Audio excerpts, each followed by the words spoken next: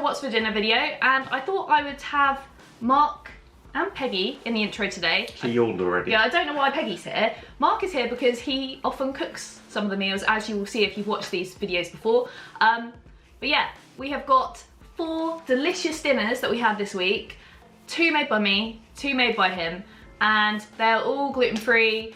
They're all really simple to make, they don't take long, and I think you're gonna love them. So I would say my favourite one, which I think we'll keep till last in this video, is the mac and cheese. Mark made mac and cheese. Oh yes. It was beautiful. I absolutely loved it. But he kind of made it up. Yeah, he made it up and it turned out pretty alright. But there are some other things in this video. Pizza. Yeah, there is pizza. We made pizza dough. That was insane. So you just got to keep watching. What's for dinner? It's pizza time! Oh yeah. So I made this pizza from scratch. I even made the base. Which, I know, it's hard to believe, isn't it? Yeah, and look at that pepperoni. This is what I used. I didn't literally make it from scratch. I used the Davina Steel gluten-free pizza mix. And oh my, it was so easy. So first off, I just put the, I was gonna call it powder, flour mix in there and some yeast. Yep. Mix that together. And then I just added some warm water and then some oil. Easy. And literally, I just mixed that together. I think I mixed it together for about 2 minutes till it became a bit like that. And I left it for a bit and then I remixed it. And then I put it into little portions just so that it was the perfect amount for a pizza. About 3 we got out of this? Yeah, I think we got 3, but you can do 4, they say. And then it's a bit weird, but I just spread it over a dry frying pan. I think it was, what size frying pan? 10-inch. 10-inch frying pan, which we had. Good job I'm here. And yeah, I just spread it out so it was quite even, not too thick, not too thin.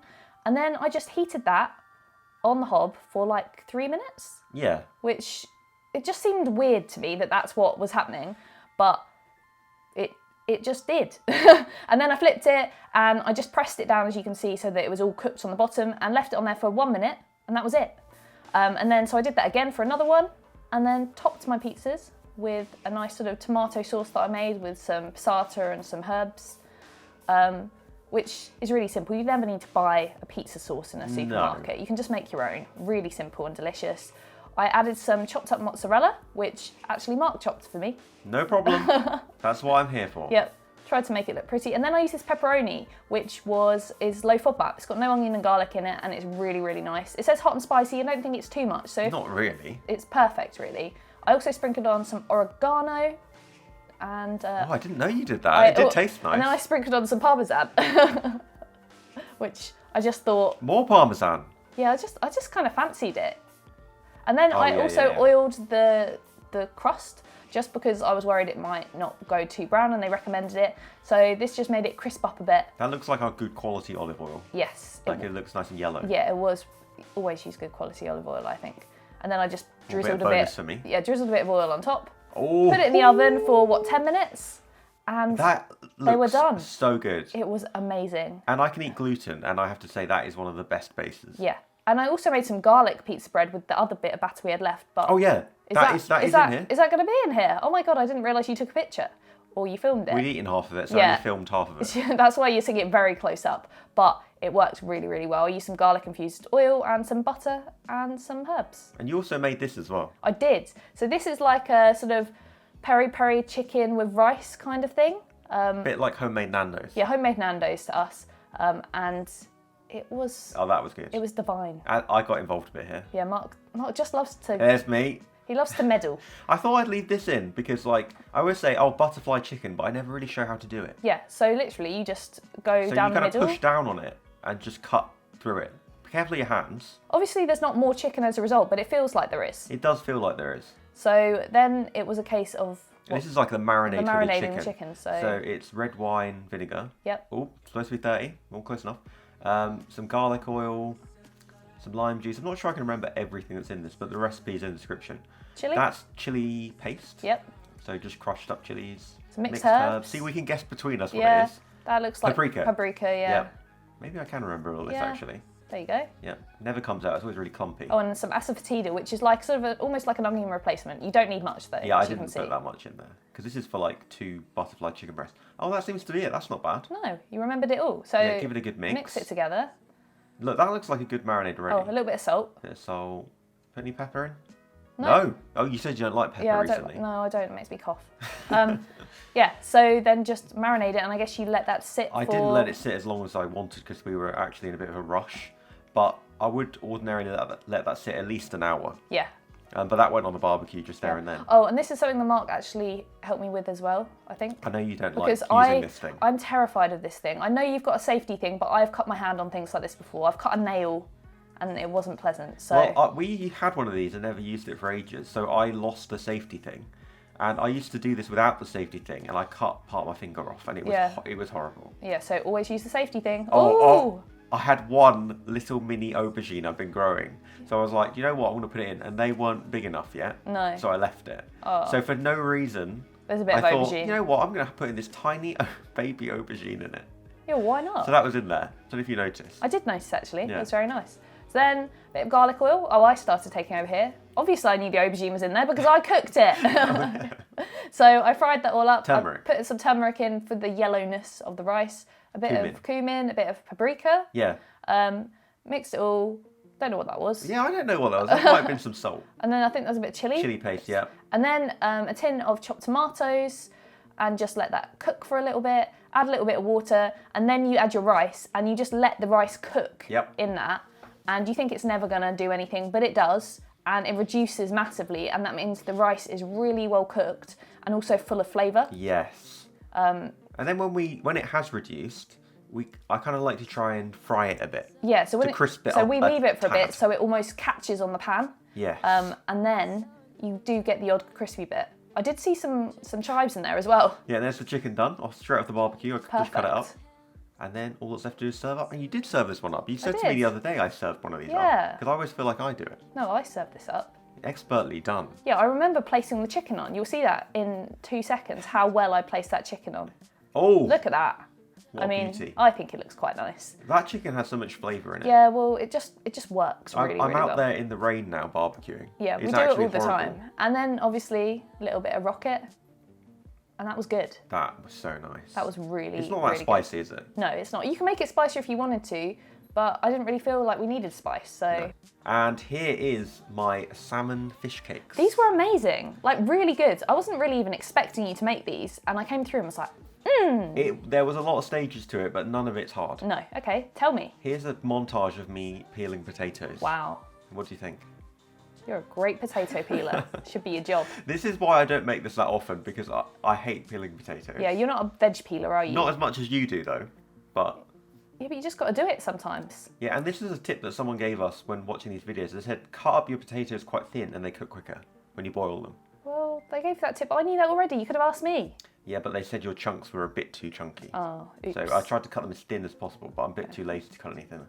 So salmon, just going to put it in the oven. Bit of oil. A little bit of garlic oil on it. Bang it in. That's it. We'll need that later. Then I put my potatoes on just to boil. Yep. That is basically it. Just wait till they're nice and soft.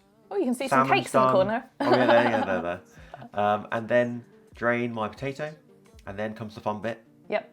Monster mash. Monster mash. It is nearly Halloween, actually. So I put some dairy-free spread in it, because you always do. Yes, I do. I've learnt to make mash from you. I've never made it before. Bit of lacto-free milk. Recently. Bit of my milk. And then mash to a pulp. Yeah, you want to make it nice and smooth. Yes, I tried to make it smooth, because you don't want like chunky fish cakes. No. Then I put my salmon in whole. Okay. Because I'm crazy. I wouldn't have thought of that. I would have broke it up beforehand. And then I broke it up in here. Oh, okay. Before mashing it. Yeah, I was just going to go at it with a masher. Also removed some mash because I realised, well, have I got 4 potatoes worth of mash? Yeah. So I actually saved some of that for later, like to just have with it. Well, that's the thing. You kind of want the fish cakes to be fishy. You don't want them to just be mash cakes. Otherwise, I feel like I'm just doing like when you buy like a value. Yeah, it's more fish cake, and it's like 20% salmon, 80% potato. Well, they certainly did taste fishy. So yes. So then I just kind of mashed it all in with the skin and everything, because I love a bit of like crunchy skin. Bit of salt. Salt. Chili. Oh, then I started making them spicy for some reason. Well, I'm all for that. I started trying to put Thai flavours in it. Yeah. So I put some pepper, red chili paste, chili flakes that was, some lime zest. And then I also went on to put in some fish sauce. Ooh. So I just went a bit nuts. So you almost tried to make them a bit Thai. Yes, and that's palm sugar. Palm sugar. Okay. So you properly went for it. You don't have to, but I thought, these things they taste nice, but they can be a bit bland. So I thought I'd try and spice it up a bit, literally. Yep. So now to coat my fish cakes in breadcrumbs, I'm going to just make some egg wash by beating together a couple of eggs. And this is the messy part. Yes, the bit that I don't enjoy, so I don't do So I've got my baking tray all prepared.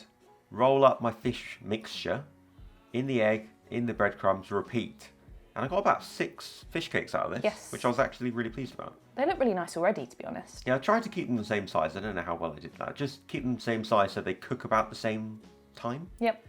And there is a few stages involved to making this, but it's so worth it. Oh, it's good fun. It is fun. So I put them in the oven. I didn't fry them. I thought I'm not frying, more washing up and everything. So I just put them in the oven. They came out great. Nice and colour golden, to them. yeah. Yeah. And there's a bit of the mash I took out earlier. That's cool. And also, I saved I had a little bit of that mixture left over that I didn't breadcrumb and put in the egg wash. So there's a bit of mash there with salmon in it. I can see that. On my plate, I've got mash with no salmon in it. Then I just put it with some carrot batons. Yep. And guess what I left room for? Some rocket. Ooh, yes. And some tomatoes. Some of my tomatoes I had kind of growing and not being eaten. And that's it. That was really, really nice. I loved it. Look, that just... See, that's a good ratio of salmon to potato. Yeah, you want lots of fish in your fish cakes. Don't have a mash cake, have a fish cake. Yes, exactly. Don't make a croquette back, a huge croquette. No, it's delicious. Oh, and this was, as I said, this is the best. Mac and cheese, Mark style. I call it pen and cheese because of penne. Yeah. I didn't have macaroni. We prefer it with penne anyway. And I made those croutons as well. Yep. So this is like one of my favourite meals now. Yes. And you'll think this is the repeat footage. It does look like repeat footage. I did this twice this week. Okay. But the difference is you can see me adjusting there. I wanted thicker bits. Okay. Because I'm going to roast these in the oven. Yep. And if they're too thin, they'll just disintegrate so quickly. So I wanted them to be a bit thicker. I put it on its thickest setting. I didn't know that you could even do that. Yep. Okay, You can. I've learned something new. You can choose how much of your finger you want to cut off by accident. Oh, God. So yeah, I put them on a baking tray. A little bit of garlic oil. Then mix them about a bit. Put them in the oven. Yep. I could have fried them, but when they're thicker, they take longer to fry. Yeah. And it's annoying. So then I made the croutons. Yep. These croutons are identical to what I made in the Caesar salad. And I've made them since, haven't I? And Yes, they're and really, you've really made nice. them a few And times. people like them when they come around. So I just used this Shah gluten-free ciabatta. It's the perfect size. Like I'm so used to making them with that now. So a bit of garlic oil, mixed herbs, some salt, and that's it. And then just mix it all together, put them in the oven, and they come out so good. So crispy, epic. Do you normally have croutons with mac and cheese? No, I've never heard of it. This Well, is new. we do now. So I put my pasta on, my pen on. That is some whole grain mustard and some flour in the oil. Yep. Just mix it together so it doesn't burn. Then I put my milk gradually. That's lactose-free milk. Yep. And then I'm grating cheese over there, hard at work as you can see. Yep. Put in the cheddar cheese. There's 3 types of cheese. Then mozzarella. Oh my God, I didn't and then realise. some parmesan. So it's like my triple cheese pen and cheese. Was that why it was so good? And also put in paprika because I love the colour it goes. I love the colour. And I love paprika, so it makes sense. Yeah, it's quite subtle, but I just love the colour really. Yeah. And that cheese sauce is already so incredibly thick. And then I put my pasta in, mix it all about a bit. It just looks like I'd like that for like A little bit of salt. I'd like to eat that now. Oh, I'll make that for you some other time. Oh. There's my roasted courgette. Courgette, aubergine, who cares? Obviously. The chives. Chives. I love that people notice that we use a lot of chives. And there you go. Honestly, it's so damn You can good. see it's gooey. You can see the mozzarella really helps because I can see gooiness, like stringiness in some of the cheese. Yeah, it kind of thickened the sauce actually, and then the croutons. The croutons. So there you go. Such a good addition. Is that a veggie meal? Might be. Yeah, I didn't realise Yeah. that. There you go. It was very nice. The texture of the croutons, I think, really, really worked because obviously everything else is one texture. So that nice crunch just really, really helped. Ooh. I want that again this week, please. So if you like this video, why don't you watch us make some more dinners? That would be good, wouldn't it? You can click on the left here. Or if you want to watch us do a grocery haul, buying all the stuff we use to make in these videos, then click on the right side of the screen. And both of us will see you in the next video. Yeah!